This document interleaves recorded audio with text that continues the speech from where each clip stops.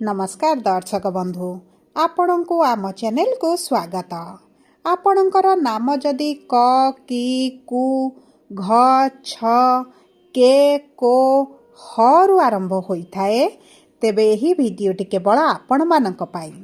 कारण एही अक्षर रु आपणकर नाम जदि आरंभ हेउछि तेबे आपणकर राशि हेउछि मिथुन एवं नामर प्रथम अक्षर अनुसार मध्य आपणक मिथुन राशि सहित आपणकर नक्षत्र रे मध्य विभाजित करा जाइछि।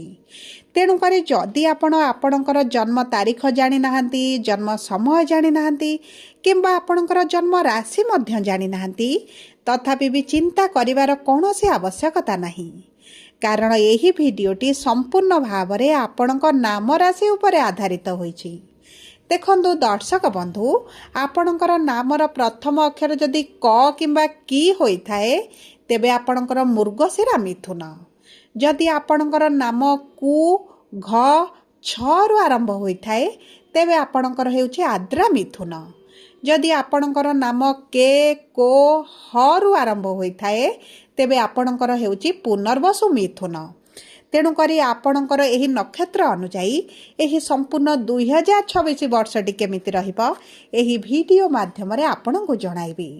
देखंतु दर्शक बंधु जदि आपणकर जातक अछि एवं जातक अनुसार आपणकर राशि अन्यत्र हेउछि किंतु आपणकर ना गुडिक एही अक्षर रु आरंभ हेउछि तेबे मध्य आपण भिडियोटी को शेष पर्यंत देखंतु। कारण नाम राशिर प्रभाव मध्य आम जीवन रे संपूर्ण भाव रे रहिथाए।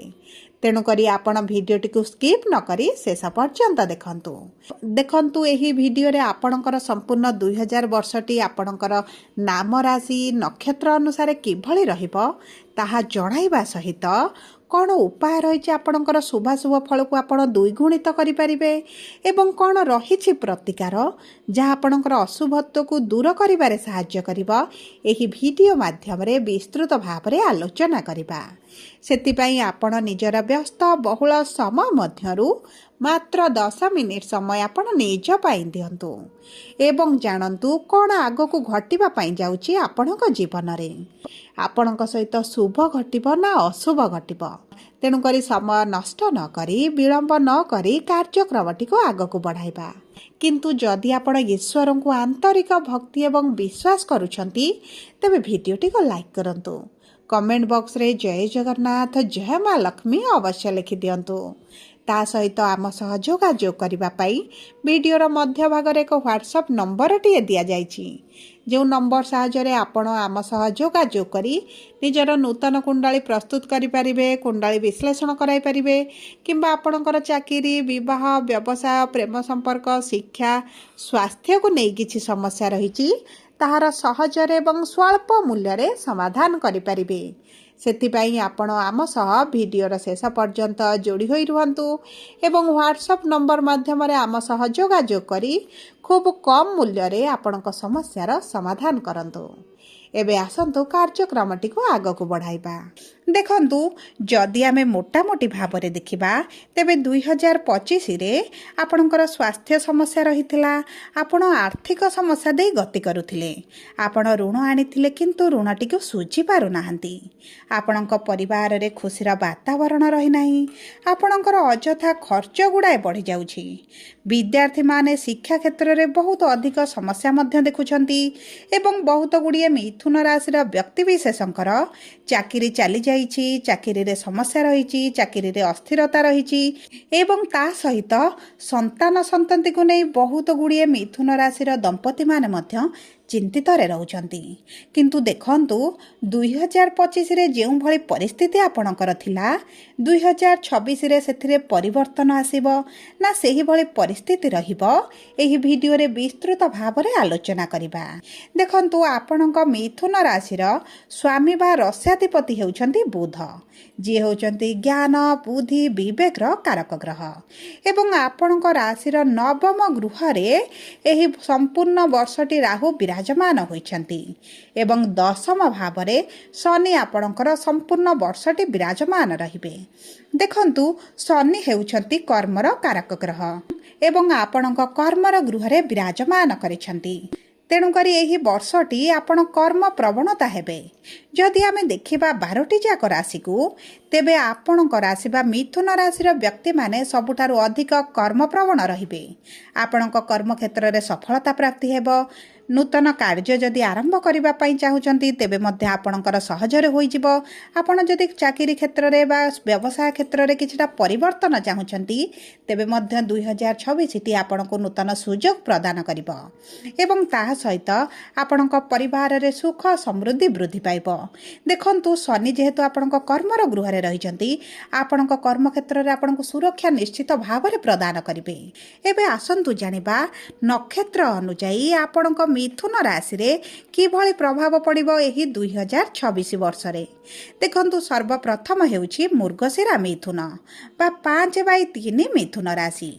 ଯେଉଁ ବ୍ୟକ୍ତିମାନେ ଏହି ନକ୍ଷତ୍ରରେ ଜନ୍ମଗ୍ରହଣ କରିଛନ୍ତି ସେମାନଙ୍କର ମଙ୍ଗଳ ଅଂଶରେ ବା ମଙ୍ଗଳ ମହାଦଶାରେ ଜନ୍ମିତ ହୋଇଛନ୍ତି ଏବଂ ଏହି ବ୍ୟକ୍ତିମାନଙ୍କର 2026ରେ ମଙ୍ଗଳ ଏବଂ ବୃହସ୍ପତି ଶୁଭ ଦୃଷ୍ଟି ଥିବାରୁ ଆପଣଙ୍କୁ ବହୁତ ଅଧିକ ସଫଳତା ପ୍ରାପ୍ତି ହେବ। ଯାନ ବାହନ ଭୂମି ଭବନ ଆପଣ କ୍ରୟ କରିପାରନ୍ତି। ଆପଣଙ୍କର ବିବାହ ମଧ୍ୟ ହୋଇପାରେ। ନୂତନ କାର୍ଯ୍ୟ ଆପଣଙ୍କର ଆରମ୍ଭ କରିବା ପାଇଁ ବର୍ଷଟି ଅତି ଉତ୍ତମ ରହିବ।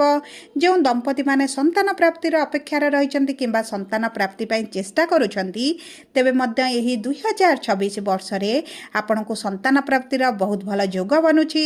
ତାହା ସହିତ ଯେଉଁ ବ୍ୟକ୍ତିମାନେ ବିଦେଶ ଯିବା ପାଇଁ ଚାହୁଁଥିଲେ, ଶିକ୍ଷା ପାଇଁ ହେଉ ଚାକିରି ପାଇଁ ହେଉ, ସେମାନଙ୍କ ପାଇଁ ମଧ୍ୟ 2026 ବର୍ଷଟି ନୂତନ ମାର୍ଗ ଆପଣଙ୍କ ପାଇଁ ପ୍ରଶସ୍ତ କରିବ। ତା ସହିତ ଯେଉଁମାନେ ବିଦ୍ୟାର୍ଥୀ ଅଛନ୍ତି, ସରକାରୀ ଚାକିରି ପାଇଁ ଚେଷ୍ଟା କରୁଛନ୍ତି, ପରୀକ୍ଷା ଦେଉଛନ୍ତି, ଇଣ୍ଟରଭ୍ୟୁ ଦେଉଛନ୍ତି ଏବଂ ପୂର୍ବରୁ ବିଫଳତା ଦେଖୁଥିଲେ, ସେମାନଙ୍କୁ ମଧ୍ୟ ଏହି 2026ରେ ସରକାରୀ ଚାକିରି ପ୍ରାପ୍ତ ହେବାର ବହୁତ ଅଧିକ ସମ୍ଭାବନାଟି ରହିଛି। ଏବେ ଆସନ୍ତୁ ଜାଣିବା ଆଦ୍ରା ମିଥୁନ ବା 6/3 ମିଥୁନ ରାଶିର ବ୍ୟକ୍ତିବିଶେଷଙ୍କର ଏହି 2026 ବର୍ଷଟି କେମିତି ଯିବ।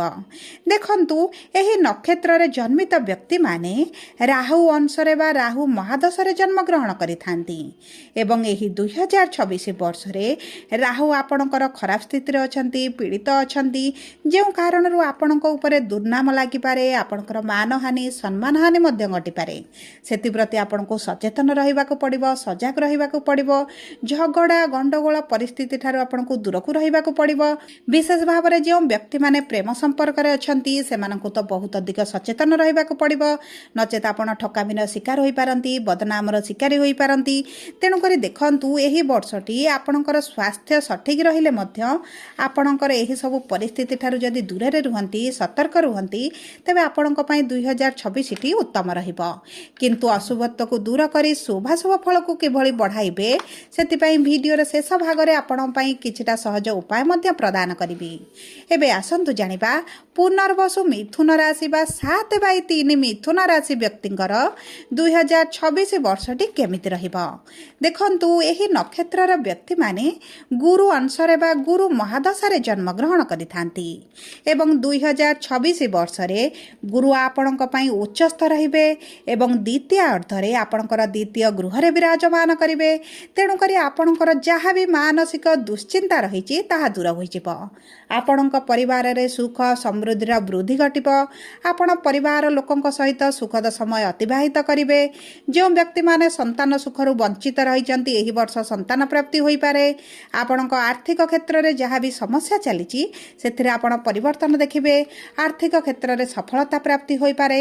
କର୍ମକ୍ଷେତ୍ରରେ ଆପଣଙ୍କୁ ଜବରଦସ୍ତ ପରିବର୍ତ୍ତନ ମିଳିବ ଏବଂ ଦେଖନ୍ତୁ, ଏହି ବର୍ଷ ଆପଣ ଯଦି କିଛି ନୂତନ କାର୍ଯ୍ୟ ଆରମ୍ଭ କରିବେ ତେବେ ମଧ୍ୟ ଆପଣଙ୍କୁ ବହୁତ ଅଧିକ ସଫଳତା ପ୍ରାପ୍ତି ହେବ। ଯେଉଁ ବ୍ୟକ୍ତିମାନେ ପ୍ରେମ ବିବାହ କରିବା ପାଇଁ ଚାହୁଁଥିଲେ କିମ୍ବା ଦ୍ୱିତୀୟ ବିବାହ କରିବା ପାଇଁ ଚାହୁଁଥିଲେ, ସେମାନଙ୍କ ପାଇଁ ମଧ୍ୟ 2026ଟି ବହୁତ ଅଧିକ ଶୁଭଦାୟକ ରହିଛି। ସବୁ ପରେ ଅଶୁଭତ୍ୱକୁ ଦୂର କରି ଶୁଭାଶୁଭ ଫଳକୁ ବୃଦ୍ଧି କରିବା ପାଇଁ ଆପଣ ପ୍ରତିଦିନ ସ୍ନାନ ଜଳରେ କିଛି କ୍ଷୀର ଏବଂ ହଳଦୀ ମିଶାଇ ଯଦି ସ୍ନାନ କରନ୍ତି ଆପଣଙ୍କ ପାଇଁ ଶୁଭଦାୟକ ରହିବ। କିମ୍ବା ଆପଣ ଯଦି କ୍ଷୀରରେ କିଛି ହଳଦୀ ମିଶାଇ ପାନ କରନ୍ତି ତେବେ ମଧ୍ୟ ଆପଣଙ୍କୁ ଶୁଭାଶୁଭ ଫଳ ପ୍ରାପ୍ତି ହେବ। ଆପଣ ପ୍ରତିଦିନ ତୁଳସୀ ମାତାଙ୍କର ସେବା କରନ୍ତୁ, ବିଷ୍ଣୁ ସହସ୍ରନାମ ପ୍ରତିଦିନ ପାଠ କରନ୍ତୁ ବା ଶ୍ରବଣ କରନ୍ତୁ ଏବଂ ଆପଣଙ୍କ ଆପଣଙ୍କ ରାଶିର ସ୍ୱାମୀ ବୁଧଙ୍କର ବୀଜ ମନ୍ତ୍ର 108 ଥର ପ୍ରତିଦିନ ଦିବା ସମୟରେ ପାଠ କରନ୍ତୁ। ଏହା ଆପଣଙ୍କ ପାଇଁ ଶୁଭଦାୟକ ରହିବ। ଯଦି ଆପଣଙ୍କର ମିଥୁନ ରାଶି ହୋଇଥାଏ ତେବେ ଭିଡ଼ିଓଟି କିଭଳି ଲାଗିଲା କମେଣ୍ଟ ବକ୍ସରେ ଲେଖି ଜଣାନ୍ତୁ। ଧନ୍ୟବାଦ।